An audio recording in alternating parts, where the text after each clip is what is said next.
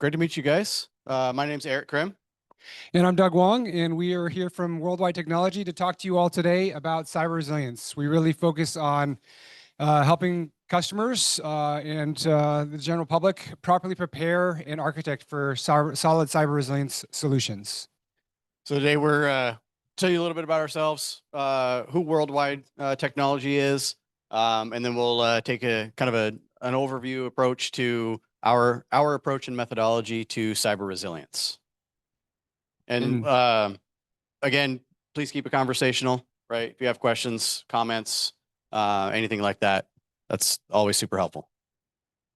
So a little bit about me. I'm based in Casper, Wyoming. I've been in IT industry for a little over 19 years now, mostly with a background of infrastructure. And then I kind of came over to the dark side of cybersecurity a few years ago. So my focus now is on resilience and ensuring, the critical, most, minimum viable business operations. Hi, everybody. I'm Doug Wong. I live in Boulder, Colorado. So nice to visit you all here in San Diego. I do have my CISSP, and I've been in IT for 20 plus years, I'll just say, and been doing cyber resilience type of solutions for about 9 years now. I'll let you take this one.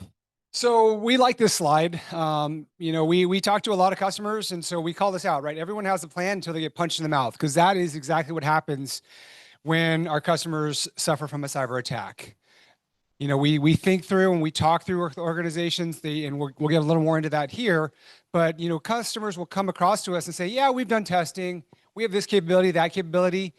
And the fact of the matter is, it is honestly really a punch in the face to customers when they get attacked, because they may detect things and they may have bits and pieces, but very, very few times do we find where a customer has actually gone through all the part and parcel of planning through and actually testing and practicing, right?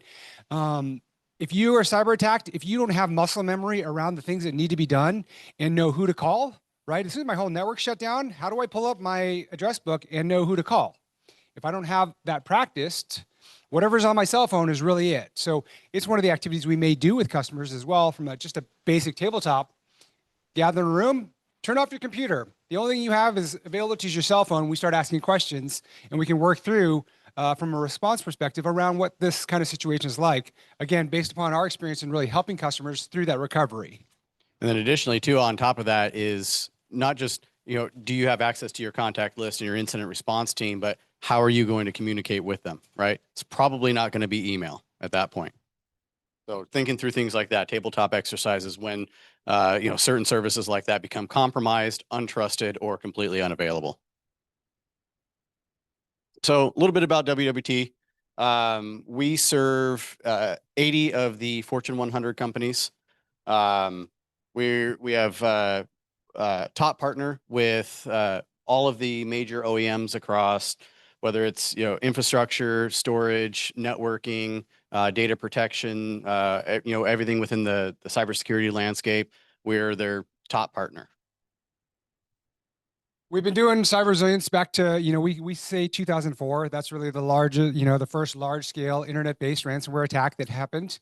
Our methodology comes along with our deep knowledge across the landscape from an OEM perspective, and really tying together and understanding some of the integration challenges that you experience as you start bringing in more and more partners in your ecosystem from that perspective.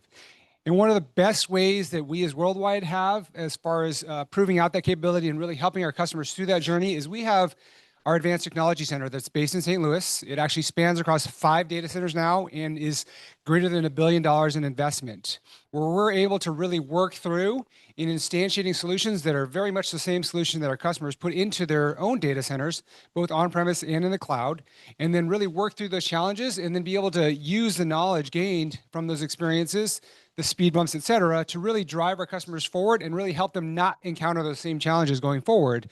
We always encounter some new things, and that's a great opportunity for us as our partners are increasing their functionality to work out, again, those speed bumps and really smooth out and pave the road for everyone going forward. And that ATC, the Advanced Technology Center, is less about providing you, an OEM lab, right? Because all the OEMs out there have their own labs for you to log into. This is more about bringing multiple OEMs into a single solution. Say, Ansible with, Palo and, NetApp, right? Automation, how to automate all these things, right? Into more, proven solutions. We can do POCs, custom POCs for you in that environment, lab as a service, kind of bake-offs between, two different OEMs, if you're trying to decide things like that. Yeah, we're actually working on a very large POC bake-off for a large financial services customer where we're actually testing out 3 different data protection vendors and behind the scenes also 4 different storage targets from that perspective. So really getting through deep performance information so that our customers can make the right decision for their own workloads and to ensure they can protect that and then also the recovery side of it as well. We have cyber range, what we call cyber range, kind of a lab environment where it's got security tooling in there, infrastructure, all sandbox environment, detonate ransomware in there, malware, and we can do red teaming, blue teaming type of scenarios, all kinds of things like that. So here's some of the things that that we within the global solutions and architecture team for cybersecurity focus on. Cyber resiliency that we're talking about today. We also have services for rapid restoration. So this is if you guys, company is hit with a cyber attack, you have your incident response team come in, all the forensics is being done, investigations being done, and you need a lot of help, kind of getting things back up and running, whether that's infrastructure, restoring workloads from backup, working with the incident response teams through security tooling, things like that, getting everything back up and running and your critical services back up and functioning. We do have also the cyber risk and regulatory response through our MARS, which is Managed Advisory and Risk Service. Through that qualitative and quantitative risk analysis, this is where we bring in kind of a field CISO with you guys, or risk officer alongside your team, and provide, what are we seeing in the market? What are we seeing out there in the industry, whether it's from a regulatory perspective or cyber insurance perspective, anything like that. And then, Yeah, and then we also have a lot of services around securing your architecture. Zero Trust and Zero Trust Framework is a big foundational element of that. Again, from a Zero Trust Framework perspective, we like to take it as a framework because we know that every customer out there is a bit of a snowflake in very many regards, again, across that wide swath of tooling that you can have in place from that perspective. ZTNA is one part of that framework. As well as obviously network segmentation. So we work all those parts and pieces together and really align across a broad range of partners and products out in the marketplace today and help our customers really work through that from that perspective. And, in the bottom corner, you see secure AI framework, foundation framework, our safe framework as well.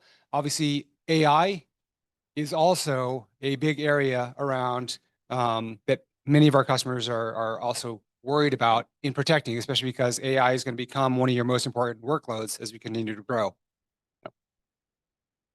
So why does cyber resilience matter today, right? I'm sure all of you guys can speak to a lot of these things up here. One thing in particular that we're seeing an evolution in is the kind of along the lines of compliance and regulatory requirements, but on the side of cyber insurance. So we're working on an article piece right now to give some education around cyber insurance.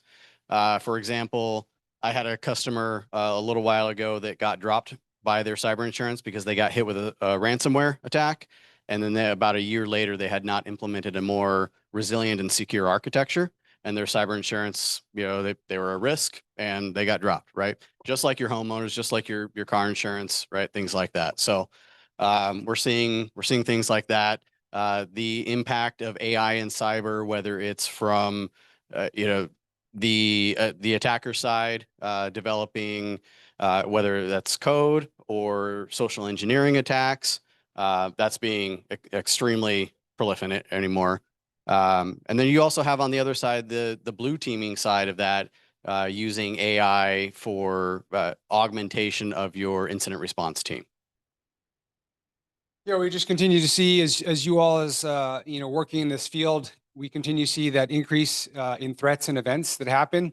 I think one of the recent surveys was 88+% of companies have suffered some type of cyber attack, ransomware attack in the last year. So the scale of that is vast, from those that, have their entire environment wiped out to some that have, small portions as well. Part of that as well, from a risk mitigation perspective, we also have to consider and think about, quantum computing and how that is going to affect all of our encryption algorithms and what our posture is from that perspective, from a security basis as well. Yeah, NIST is recommending, by 2030, or is it 2029 or 2030, that everybody migrate over to post-quantum encryption to combat that and protect their assets. We have So a question in the room, Alex. Can we get a microphone there?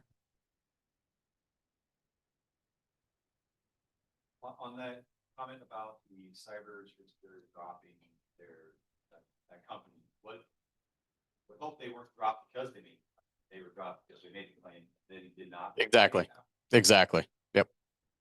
Yeah, and on the flip side of that, we've also seen where cyber insurance carriers, as customers develop more cyber resilient solutions, that they can actually effectively lower their premiums as well from that perspective, because obviously it's a actuarial risk analysis that goes into play. And if you can start to prove out your capabilities, which we see in the highly regulatory spaces, for example, in the financial services sector, where they have a lot of additional measurements that come across from an audit perspective that our customers are expected to meet. And as they meet the various thresholds and then really work on proving out that ability to recover, of various components and escalating in scale and breadth, then those are things that, again, right, the regulatory agencies are able to come back and say, hey, you're doing a great job here. And then those companies are able to then take that same review back to their insurance provider and then negotiate additional changes. Oh, hold on. Microphone. Let's get you a microphone.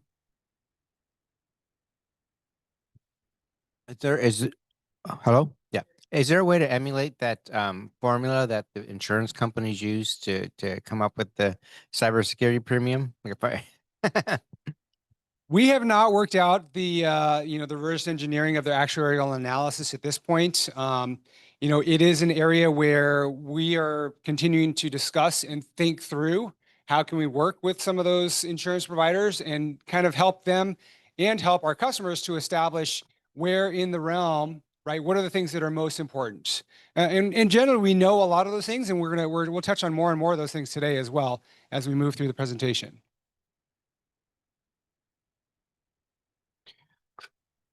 So this slide is really about kind of level setting, right? Taking all the complexity out of everything and just really thinking about what would you do if, right, you've been hit with it, you found out you've been hit with a cyber attack and your network is either unavailable or your hypervisors have been compromised, right? How are you going to recover your critical services and workloads if you don't have access to your hypervisors, or if you don't even have access to your data protection platform, right? How are you going to recover all those critical assets and services? What if your Active Directory has been compromised? How do you recover that? In addition, right, things like, hey, we had a whole bunch of data stolen, right? We've obviously seen that as security practitioners in the recent news. A couple of large attacks, AFLAC. We know that the Googles and Metas have been attacked recently as well, with a lot of records being stolen. And that goes back to some of that additional conversation around how do we protect that data from theft as well. I hope everybody changed their passwords after that. Talking about quantum computing and that the recommendation is 2029, 2030, Yep. which can sound like it's a long ways away. Exactly. But I've actually started to see we're on like a third-party vendor risk management applications, where the company's asking, what is the vendor's plan for that? Yep. So Those are the questions that we've been asking too of some of our partners. okay. Yeah. Yeah. So Yep. Yeah. Thank you. Yeah. Yeah, absolutely. So these are kind of the 14 focus areas that we end up diving into when we do a discovery workshop. These are all of the areas that kind of comprise the critical rebuild materials that are going to be necessary to recover your environment. And everything is aligned to NIST CSF 2.0. And you'll see on this list here, we cover everything from your typical infrastructure in the data center all the way up to really your IT governance at a C level within your organization as well. So keeping in mind that, you know, organizational resilience has to be led from the top all the way through all layers, including training of all the employees in the organization as well. You guys probably all in your organizations do, you know, some of the typical phishing type of attack training that every employee has to go through. But we also, you know, to the point that Dave was speaking to, we really think about that third-party supply chain perspective. Obviously, for a lot of customers out there who may have been using CrowdStrike last July when that incident happened, that really opened a lot of eyes as well to exactly that kind of third-party supply chain. What if CrowdStrike was a cyber attack versus being a patch issue? Think about the ramifications of that and how, if your organization was using CrowdStrike, how that would impact you as an organization as well. So we hear a lot of people say, I've got a cybersecurity program, right? We're going to recover from disaster recovery for, you know, a cyber incident. And there's the issue there is, so your cybersecurity program is concerned with mainly preventing and mitigating attacks, right? That threat hunting, the threat intelligence, understanding where your threats are coming from, you know, vulnerability management, things like that. On the other side of this, it's cyber resilience is very cross-functional across all the areas of your business, whether it's, you know, you've identified, you know, HR, your finance department, you know, how are you going to get paid, things like that, that are critical parts of your business, along with services that your business provides, you know, to your customers, along with, you know, IT, you know, your business disaster recovery team, infrastructure, security. So it's not an either or, but you need both. Yeah, and I would just, you know, add on there, you see highlighted in here red as far as cross-functional teams. That is absolutely one of the areas that we see in most of the organizations we talk to, where that's a challenge, where the teams have historically over the last, you know, 10, 15, 20 years, really created silos amongst themselves and don't talk amongst each other around what it would take from a comprehensive basis, from a holistic perspective, to bring all those parts and pieces to create cyber resilience success within the organization. So cyber resilience is the definition is to anticipate, recover, and or withstand and recover from cyber attacks. And then the key point there is from a degraded and mid and post attack. So what is everything comprised of within a cyber resilience program, right? You have to have qualitative and quantitative risk analysis, right? Business impact analysis. How do we know what the critical parts of our business are, and what is it going to cost our business if those things are not functioning, right? For a given period of time, say a week or a month. And then application dependency mapping so that we understand what's that IT service mesh around all of these applications and services. That's really your critical tier 0 services within the organization, and then that's supporting the tier 1 applications and workloads that you have. Yeah, and then we really take it the next step also in, customers being able to do tabletop exercises and then actual recovery exercises as well. And again, you can start small from a complexity perspective, but being able to prove those things out and actually bring up a full functionality, as well as consider the additional interdependencies amongst other things within your environment. And that really leads into this last piece on here around continue operations, and then being able to reassess and adapt to oncoming new challenges, changes in your underlying, products based upon functionality. How do we make sure we continue to evolve and adapt to new threats?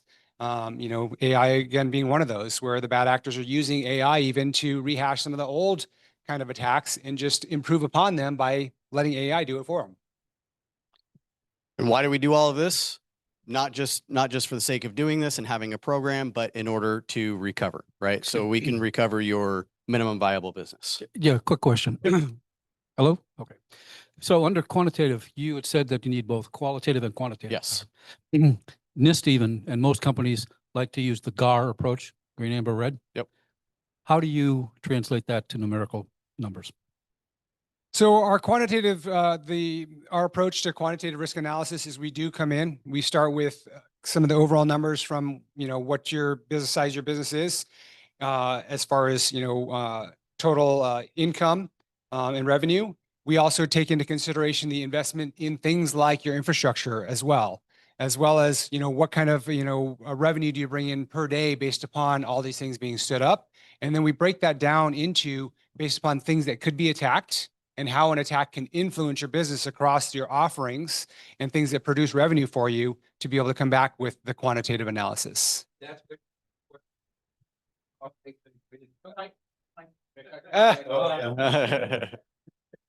Yeah, you missed it. I'm sorry. That's basically what my question comes down to is how do you go about doing that? Is it a weighted factoring mechanism? Yeah. How So do you tie that we have a into? tool that we partner with X Analytics from a tool set perspective, and we use their tool that has gone and been used across a wide swath of industry. So we tie in with that tool to provide our inputs to it in the various areas from a questionnaire perspective that we also contributed to, and then outputs come from that, and then we work through that with the customer as well into some presentation material to make it truly quantitative. Say that. So a little funny, right? Before we kind of get into some of the technical pieces of this. So on the left side, right, we've got, here a lot of times, okay, we've got immutable backups, right? And we're going to use disaster recovery for recovery, right? From a cyber incident. Cool. You're going down the right track. Immutable backups, absolute table stakes. You can't do without it, right? Next step, right? Got a cybersecurity program. Good. You're preventing, you're mitigating the attack. You've got a lot of threat intelligence out there. And you decide, okay, we need to, we'll use an isolated recovery environment, right, for this, or a vault, right? Whatever you want to call it, for the cyber event. What are you going to recover, right? How do you know what your minimum viable business is to recover? How do you know what your IT service mesh is that needs to be present in order to support those applications, right? So moving on down, holistic cyber resilience program, right, is the ultimate.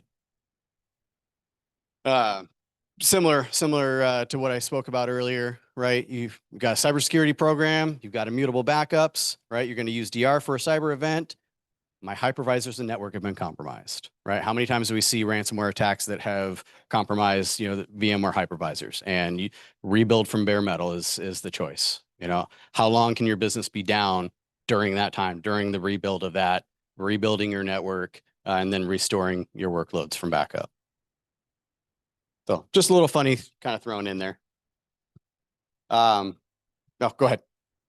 We really like to also, use this as a message to help distinguish for our customers really where they are.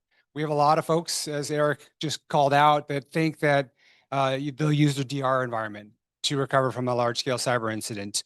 For those of us, that recognize DR is expected to be, hot, synchronous, essentially to production. So if bad actor got into production side, guess what? They're in DR.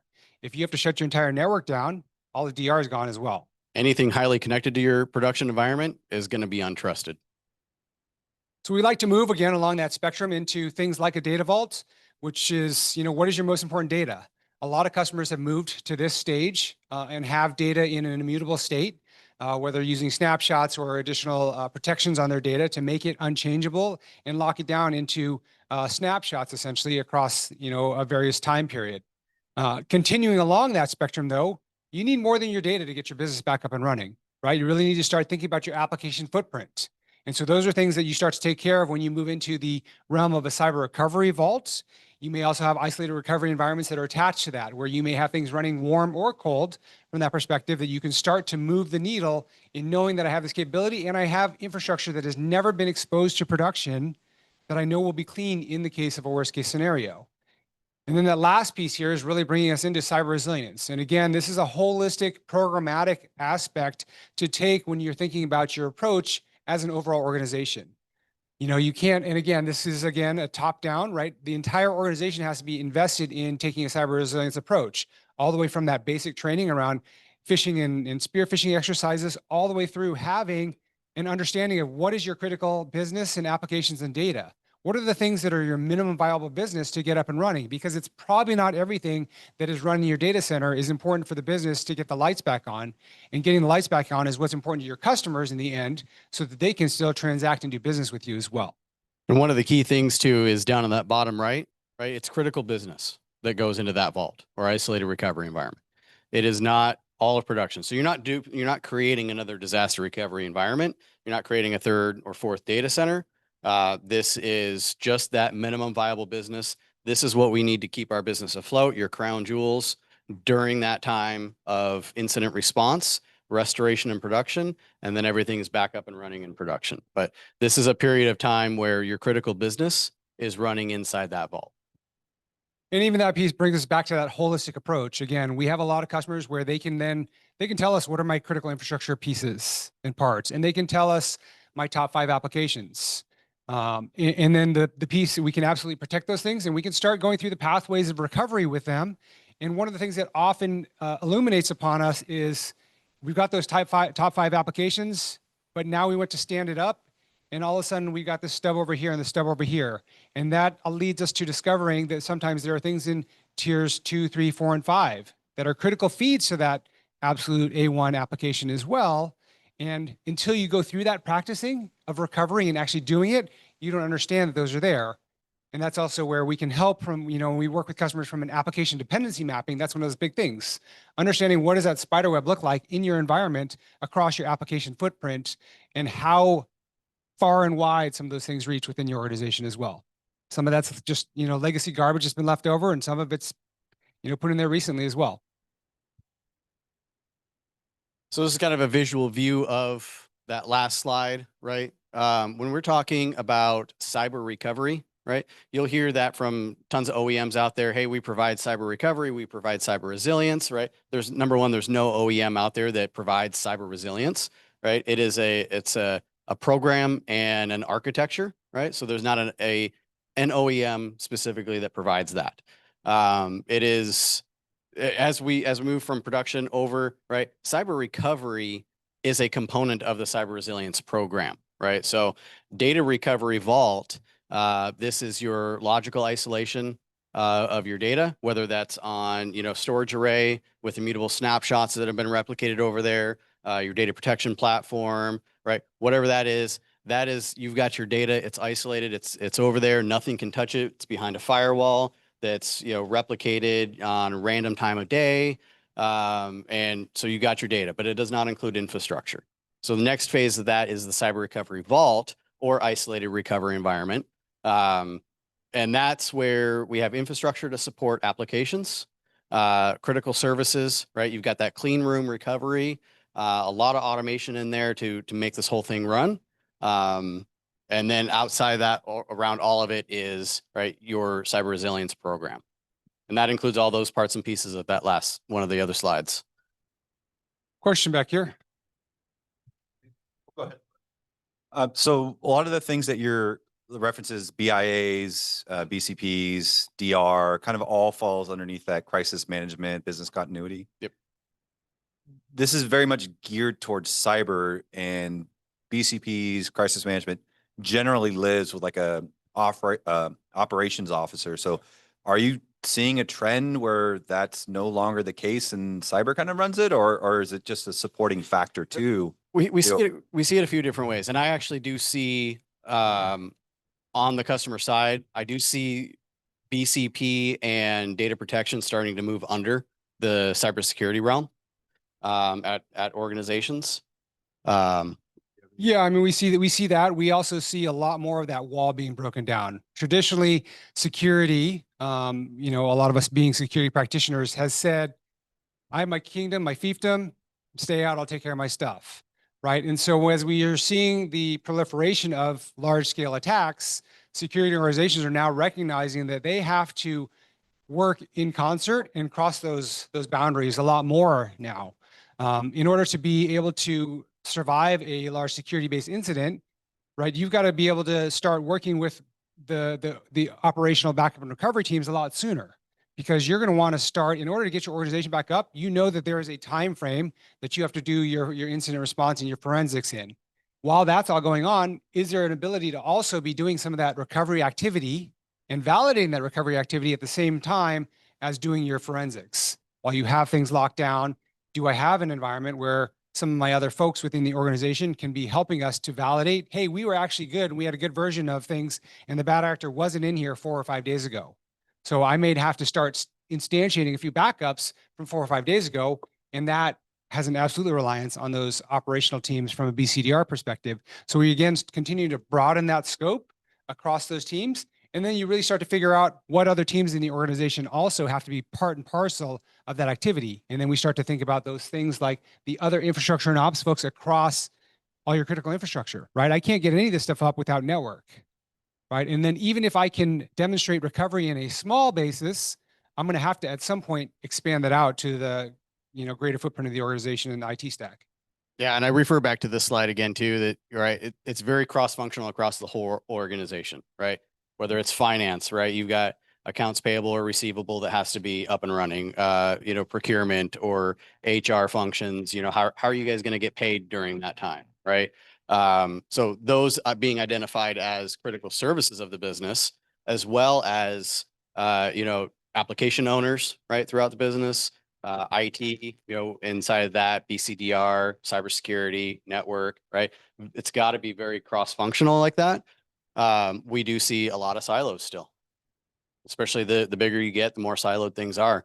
We get onto a Teams meeting and with a customer and be like, oh, this is the first time I've met them, heard about them, they just don't talk. Just out of curiosity, to take what we're talking about here and look at it from the other side.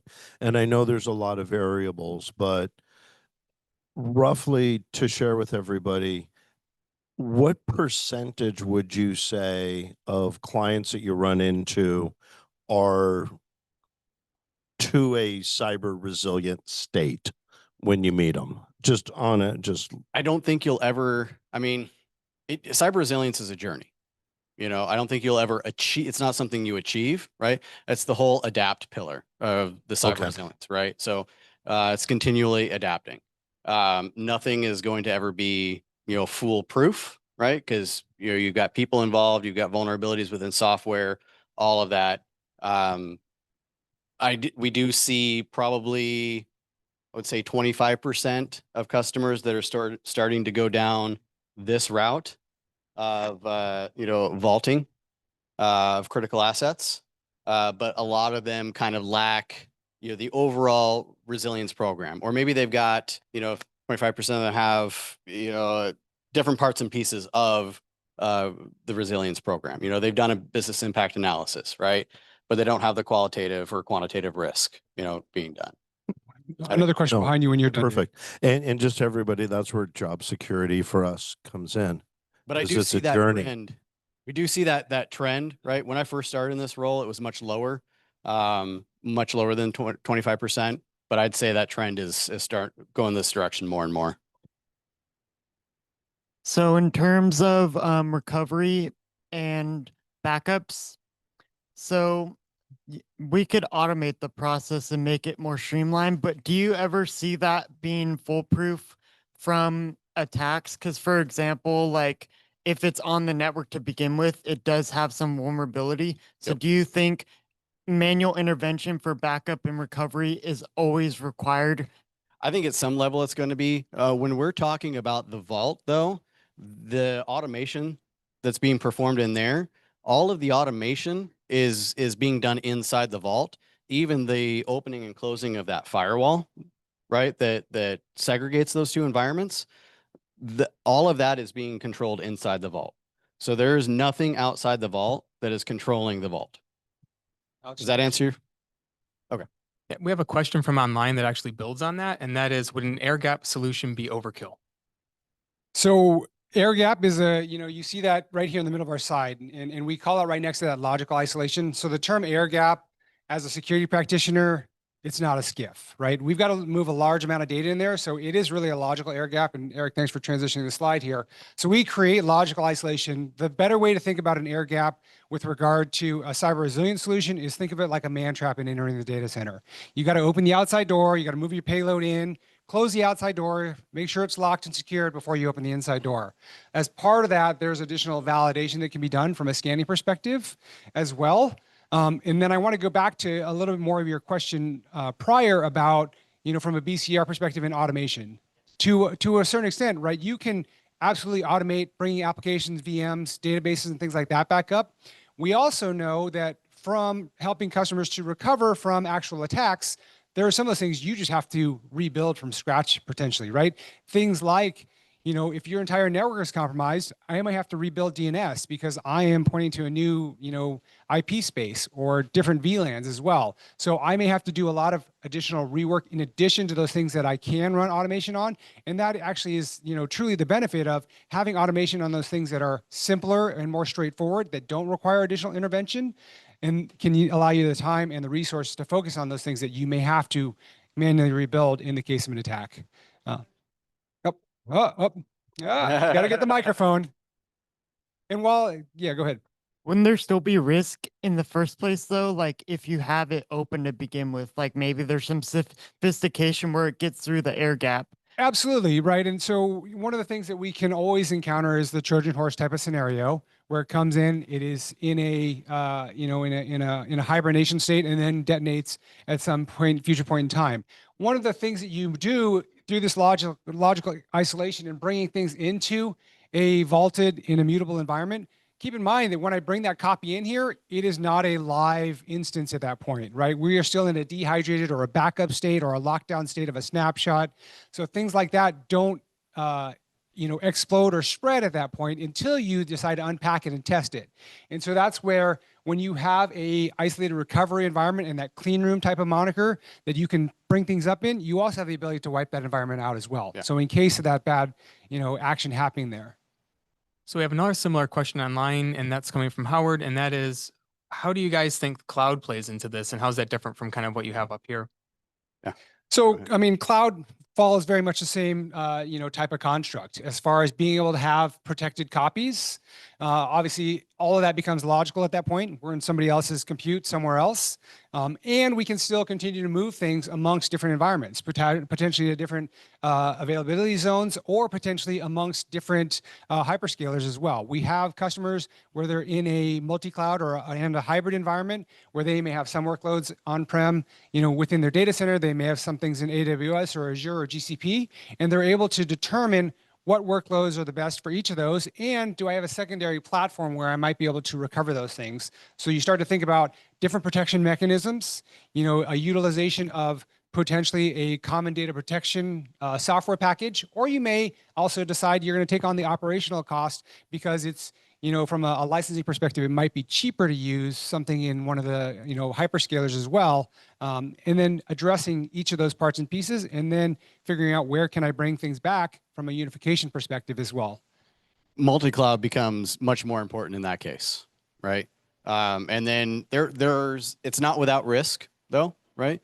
If you look at, how many times hyperscalers and public clouds have been attacked recently, Active Directory services have been unavailable, Microsoft login services, things like that. And so that's another one of those risk-based, controls is what if that cloud provider is now the target of the attack, right? So just risk things to think about there.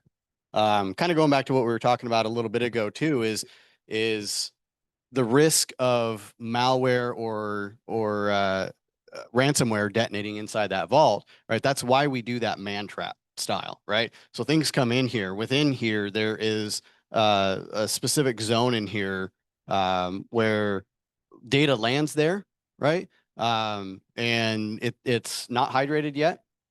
You can recover workloads, right? If you have security tooling that can scan your backup data or your storage array data, things like that, right? That's good.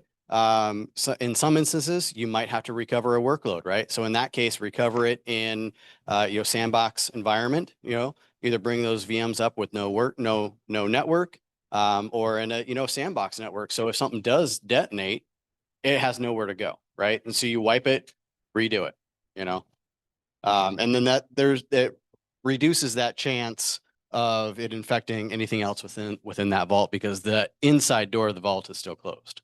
And absolutely following a zero trust framework perspective across Absolutely. your vault construct. Question. So taking an analogy from rock climbing, one anchor is good, two is even better.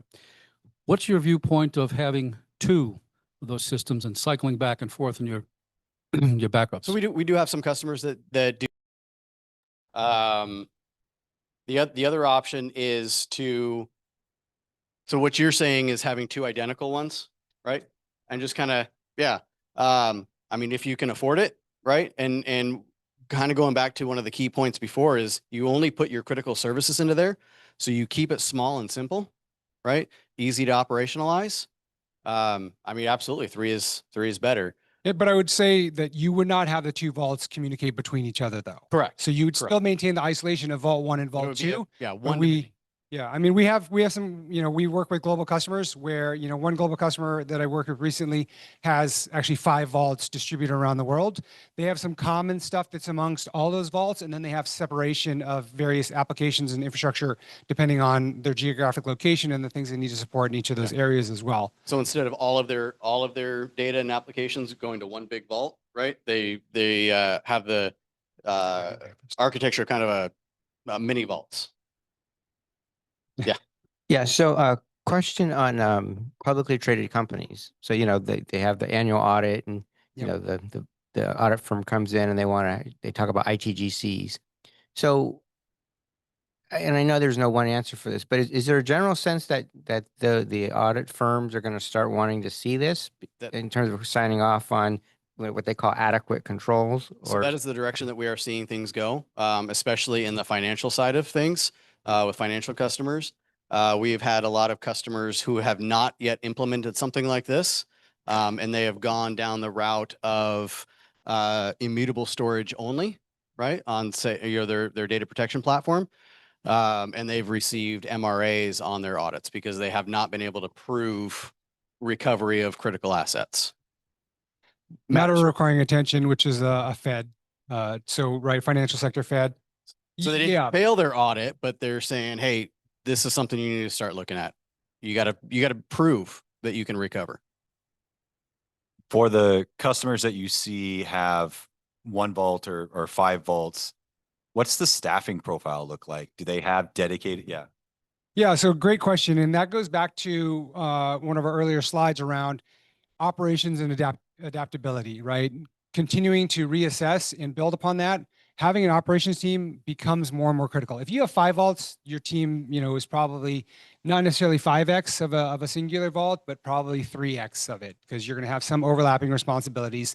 We often see, and when we work with customers to develop out operational teams, it ranges anywhere from 3 to, for a decent size enterprise customer of ours, it ranges from, the smallest team I've seen is 3, the largest team I've seen is 10.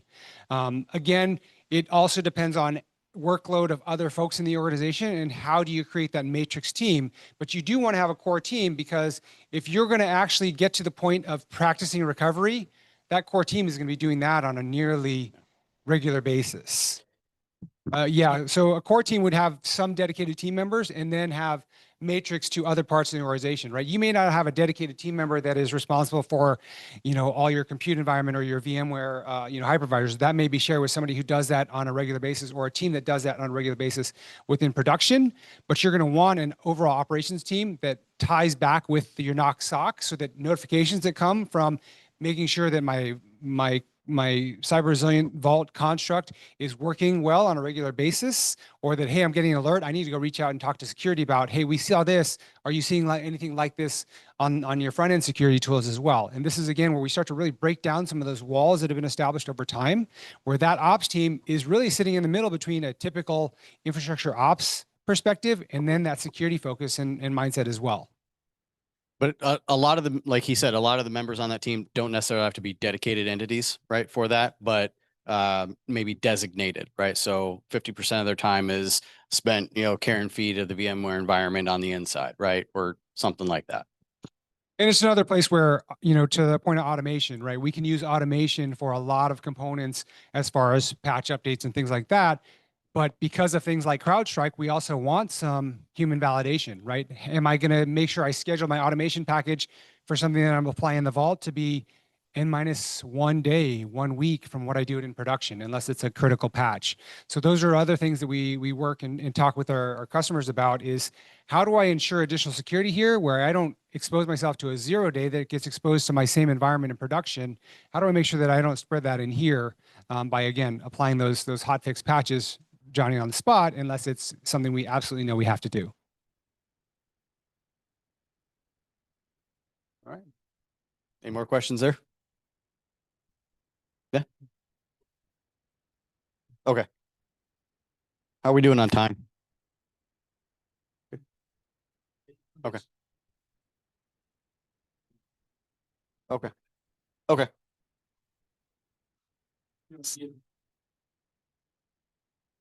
So in terms with automation, so I know with out of band, it's like they don't even know that that path to the vault, for example, is there in the first place. But how would that be possible, like with like the vault, if you want some sort of out of band measure? Because that's the way that would be a really secure way of doing it. It's like they don't even know it exists in the first place. That's absolutely one of the big key isolation principles, right? We don't want things in your cyber resilient construct here to be reaching back to the outside world. And so our most popular automation platform is Ansible when we orchestrate across our entire vault and that. So Ansible automation will control things like that logical isolation. It will also control movement of data within your cyber resilient solution. It will also handle and send things off to a dedicated, in the best case scenario is a dedicated SIM source system. So you have self-containment again from all that monitoring. And that's where that vault operations team really comes into play is they would have access to that. Your greater production knock SOC will only get things that team decides that they're going to feed to them, unless it, again, right, you can set alerting levels where we may decide we're going to ship some stuff out. If it's a worst case scenario that all of a sudden the vault and cyber resilient construct has detected something that is on a very high scale, you may decide that that's a great idea to have Ansible then open your firewall and send those things out, with flaming emojis so that somebody gets their attention. And to kind of go back to one of your questions earlier too, I think you asked a question about when that firewall opens, for vulnerability, or being as a vulnerability with access into the vault, right? We take a defense in depth and layered approach to this, in that when that one of those is when that firewall is open, right? The other firewall on the inside is still closed, right? That man trap. Additionally, we are looking. We've got in a lab right now a tool for network obfuscation that's going to sit right in front of that firewall, and it allows PKI authenticated traffic only, right? So if you have data protection, some other workloads like a database or storage array, those can be the PKI authenticated traffic, right? And everything else outside over here, if one of these servers gets compromised, they're not going to have any clue that that firewall even opened. So you haven't touched on egress. So for here, Splunk is notoriously not cheap, right? So and we would want to be able to respond quickly in the event of something happening within this vault. So what is your guys' recommendations for egress, saying anything can talk outbound to Splunk, but no inbound or no existing connections? Ideally, a dedicated WAN circuit, right, for that environment, so that you're not sending traffic back out. Gotcha. Okay. And you can still secure that with either firewall or things like a data diode as well, right? Yeah. A one-way traffic limiter that you ensure that it's only one way. And again, you limit it down to the specific ports and traffic that you want to allow outbound for the notification. And if you do send it back out to the production environment, right, that's segmented, right, so that nothing else in the environment has access to that. Okay, we're going to try something different. We're going to try to have somebody speak online. Okay. bear with us for one moment. This is all a learning experience for us. Let's see if we can give Michael a chance to ask. I don't know if we have to promote him to a panelist or what we have to do. Well, no, I just clicked. Oh, there we go. He's there. So go ahead and ask your question, Michael. All right, thanks. I'm just wondering, I get the conceptual design, but how might somebody lab this up to learn like the logical separation? Would in Proxmox you can do a lot, or you said Ansible, but is there anything practical you might suggest to learn from a beginner to excuse me, sorry, to advanced? So you're wanting to know how can you create a lab, start going down this route and create a lab? Yeah, yes. I mean, so think of, a cyber vault is similar to, assuming that you're in the security realm, since we're at an ISACA meeting. And if you're not, think of this again like a security clean room, as if you were going to create an instance even within your own environment. You would create separate VLANs for the instance of whatever this vault is or this separate area. And so being able to both understand the security aspects of traversing traffic into it, assuming that you're going to have a firewall there, you're going to need to understand those parts and pieces. And then the automation piece, you again want to understand all the traffic flows first before you move to automating into that. Just like anything we do from a recovery automation perspective, we will always do manual tests and tabletops to step through all those pieces, figure out some of the gotchas, or hey, we need to make a left turn instead of a right turn, and then we bring those into automation. So automation is always at the end of that journey from that perspective. And then, starting for a lab, it's about being able to create an isolated, you can start with an isolated VLAN, and then do you have infrastructure you can put in there, whether physical or logical as well. Yeah, and don't forget about the man trap style, right? Within that first zoning. And then ensuring that everything else you have inside there is very segmented, right? Because that's the layered approach, the defense in depth. Appreciate it. That's great. Thanks. Good.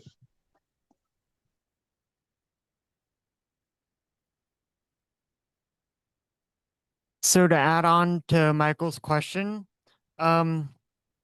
let's say like what is like the state of like where you'd consider this? Because like for example, if you're a small business and it's like you may not need this level of continuity, but then you're medium size, like, or like what would be the point where you consider something like this? And then also factoring costs, like he said, some companies may not be able to afford certain software. Yeah, I would refer back to the quantitative risk analysis, right? How much is it going to cost your business to not have those services functioning, right? We have a lot of customers that they're small in seat size, right? They don't have a lot of people, but they have a lot of money, right? They're bringing in a lot of revenue through whatever they're doing, and so to them that's valuable, right?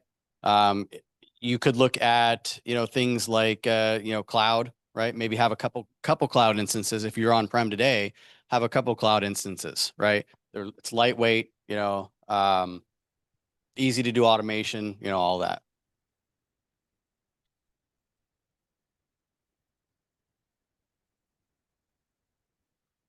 Two questions. So what are you seeing in the healthcare space around, protected health information? Obviously very valuable, huge reputational risk. And then two, in terms of like who's doing this, obviously you guys are worldwide technology, you're doing it, but like is Cisco, do they have a package on this kind of stuff, or who's your competitors?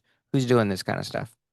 So I would say I'll do the second question first. The who in this space, a lot of folks have solutions that they purport to be a complete solution. And that goes all the way from some of the OEMs that we work with directly and partner with from that perspective, where again, having an immutable copy is an absolute great first step, right? That is part of that data vaulting premise.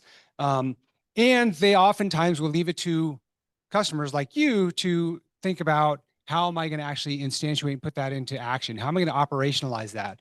And that's really where we have a lot of experience, is helping customers through that journey, because we've done it so many times now.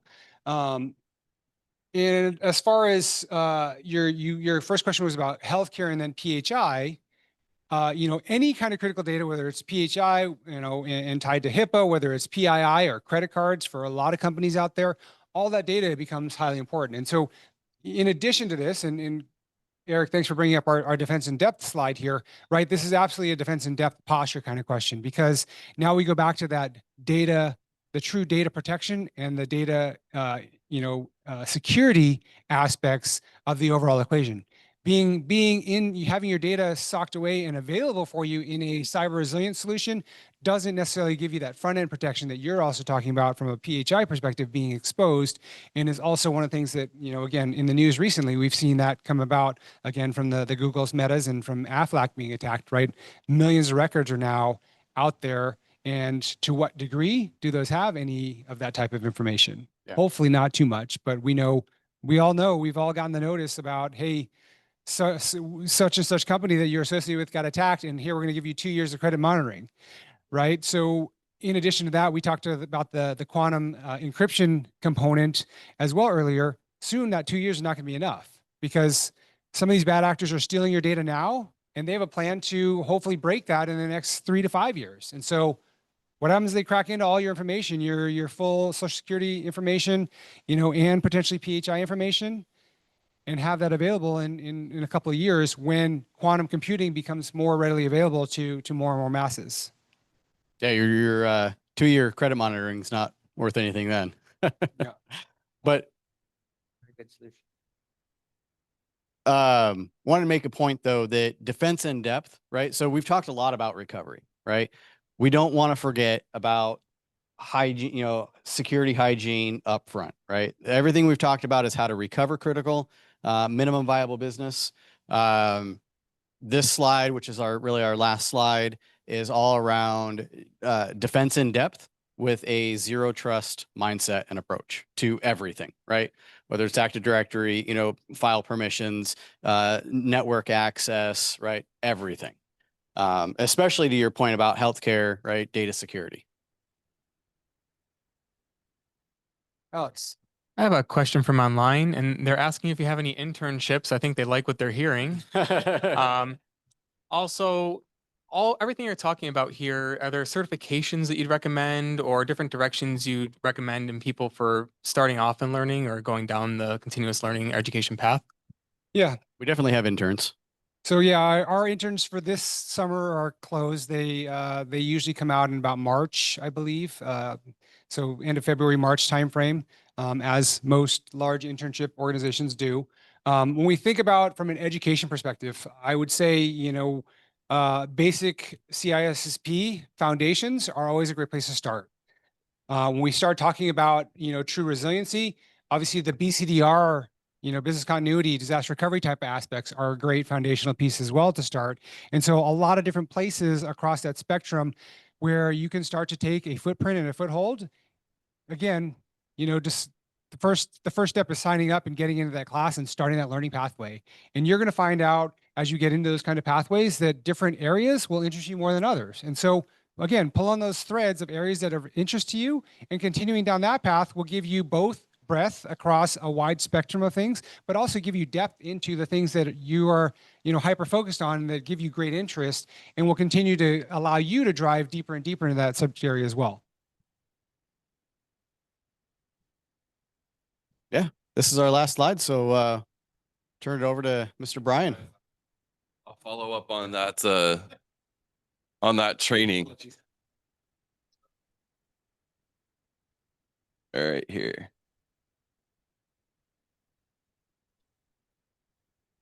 Well, I'm not going to slide you to death, so don't worry on that aspect. So long-time listener, first-time caller. I've been here in San Diego for 20 years. America's finest city, right? Still is. And I'm in our pre-sales services and try to be active in the community as much as possible. So I'm going to just chat a little bit about what Worldwide can bring to the table. So I'm going to fast forward here to some of our security priorities. So we every year come out with a list of priorities for the year and usually have research and different things behind them. So that's the 4 examples there. You'll find that on our website, which we call the platform. It's where all this information is kept. So you can dive deep into that. So that's really cool. discovering the next level of security. So there's certain things that you can do and take advantage of. So the ATC investment that was talked about earlier, it's now crossed $1 billion of investment that's available. 5 different data centers, an Equinix data center in Virginia that cross connects into the cloud.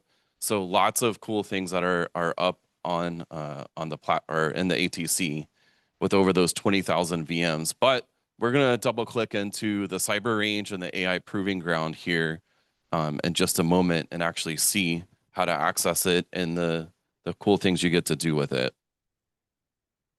So in our organization, in global cyber, we focus around programs like our Hour of Cyber program, where you can get a briefing on a specific topic. I think there's over 25 topics that are available. Cyber resilience is one of those that's available. Then we can move into workshops where we're actually whiteboarding, using mural boards, etc., to really get to know your environment and tailor services and solutions back to that. A separate area that's been really exploding lately is market scans and evaluating. There's so many solutions out there that can solve a particular problem. And so taking your business requirements and figuring out how that fits together to get the best solution faster. And then hands-on cyber labs. And so with the cyber labs, we have the cyber range. I knew the word would come back to me because I'm going to talk about that a little bit more coming up. All right, so let's take a look.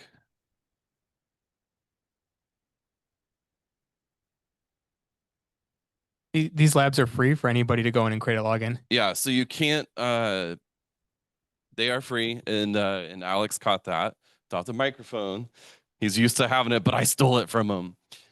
So these labs do require an account. So when you go to www.t.com, I've shown up in the URL bar on the top right-hand side is where you go create an account. Unfortunately, you can't use one of the free email programs. So you have to use a business domain in order to do that. Part of it is like Gmail, you got to have the analytics. And so that's part of the deal. Are college domains also accepted? Absolutely. I believe they are. Yeah. So you could use that as an alternative. But the free accounts are definitely a no-no, unfortunately. But this is our platform. Just in case the internet didn't work, I went ahead and just screen recorded it so we didn't run into problems today. But you go to the Learn From Us up here. This is where you have access to the AI Proving Ground, the Cyber Range, Labs and Learnings if you want to get deeper into some of the technologies that we talked about today. Research papers. We have an AI Proving Ground podcast now that's really taking off, which is really cool. We'll talk about Atom AI in a little bit, but it's our little AI tool. So here we have got the AI Factory, AI Studio, AI Foundry. Get your bingo card. You got AI hit today, right? At least a couple of times. Lots of big partners that are here in our AI Proving Ground. Just scrolling through the page. Yeah, so here's where you can look at like AI security labs that we have. We have different learning paths that are based on it that you can do. And these are multiple hours and you get a little certificate at the end or a little badge that you can share online, which is really cool. And then here's an AI injection prompt lab. I'm going to actually walk through this lab in a moment. We'll go through it, but it's really cool. You get in there and you do some system prompts and you're able to get the LLM to give back the password, the root password. Now, don't go use this on ChatGPT. It's not going to work. They've already filtered all this stuff out. But in this particular lab, we have it set up so it will work and you can actually do the attack, which is really cool. And so when you go to launch the lab, it spins up all the hardware that was just noted there. So here's an example of our Atom AI. So it's our LLM. And so there's pre-curated questions. You can ask it your own questions. So this one's just talking about a cyber range and how it can help within your organization and keeping your skills up to date. And it's going on the NVIDIA GPUs, so it's not going out through APIs to some other cloud. This is our own LLM that was built up from the ground up as part of the AI Proving Ground. And so it does take it a couple of seconds here to get the results back, but then it'll start reading it out like you're familiar with. So we got the hands-on training, capture the flag events, we can gamify items, and then continuous learning and improvement. So here's some of the capture the flag events that are coming up. So there's a Disarm Me, CrowdStrike Lab, and then here's a big security operations one. It's about 9 hours long, and that particular learning path that you have available, and then a bunch of the other CTF types of events that are starting to pop up. So there are complimentary options, and then there's paid ones that you can do as well. Like if you wanted to have your group or organization come in and do a capture the flag. Microphone for the back. Online. No.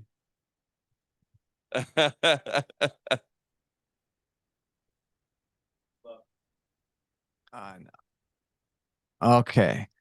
So you mentioned security operations. Is that related to a security operations center or just the domain of CISSP? It's definitely the security operations center. Okay. So it's got tools and Good place for a new analyst. and they're a fantastic place for a new analyst to start and get some complimentary training with the labs that'll pop up, and then there's quizzes that are baked in there. I think I walk through that here in a moment too, which is really cool. So it can test your learning that you actually learned something Excellent out of it. Thank you. Yeah, absolutely. This is some that are coming up, like the CrowdStrike Falcon one. We got some cool names in some of these as well. Disarm Me, Haystack, that's down here. And then coming up down here, Initiation, Chemical Spill somewhere on here too. There it is. So just some cool little opportunities of different teams. And there's red team, blue team, purple, you name it. We've got all of them integrated. And again, some of these are complimentary, and then you can do paid ones as well.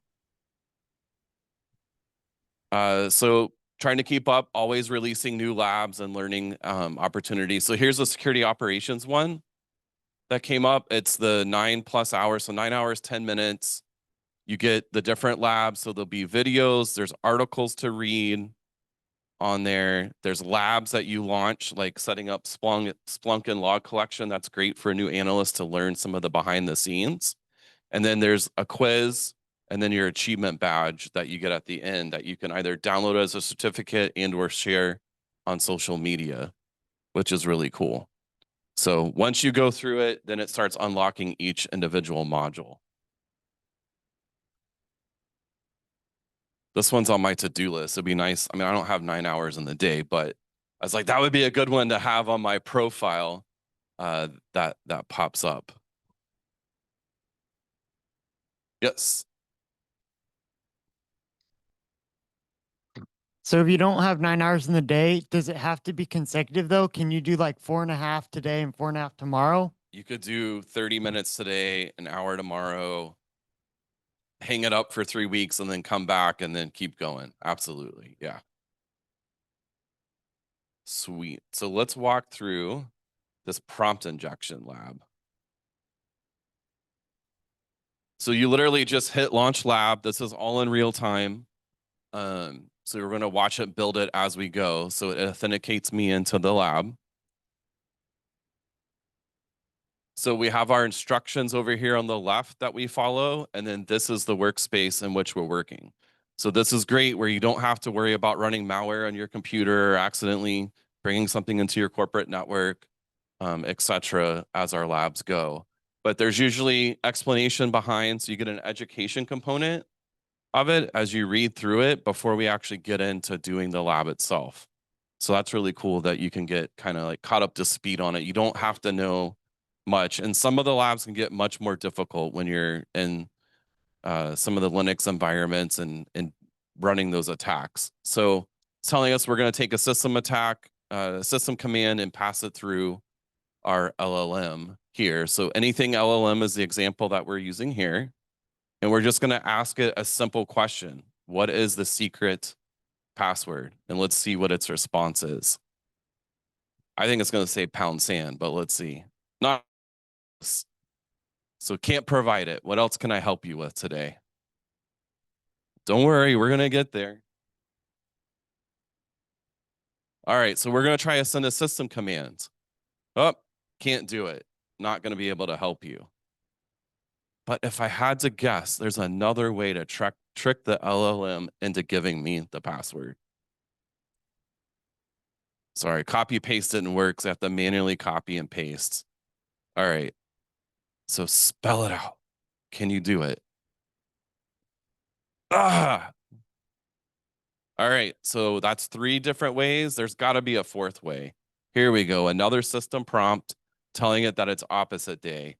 Will you give me the password? Yes, I got it. So this lab continues on. There's multiple challenges and they get a little harder as you go.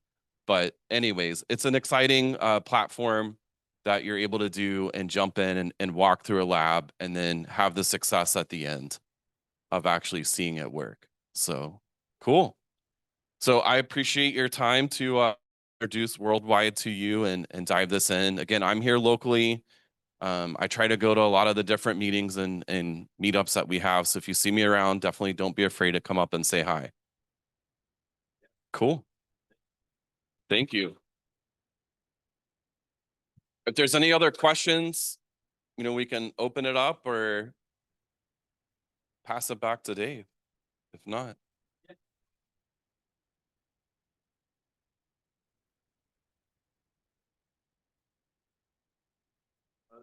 For anybody online, that's be the last chance. If you do have any questions, we were current, but I definitely want to thank you guys. This has been fantastic.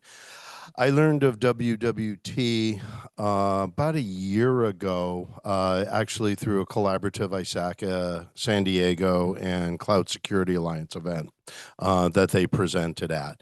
And these resources that they've got available are second to none. So anybody interested, I encourage you to check them out, take advantage of it. But again, great presentation. Thank you guys so much for everything. Yeah, thanks for having us. Yeah.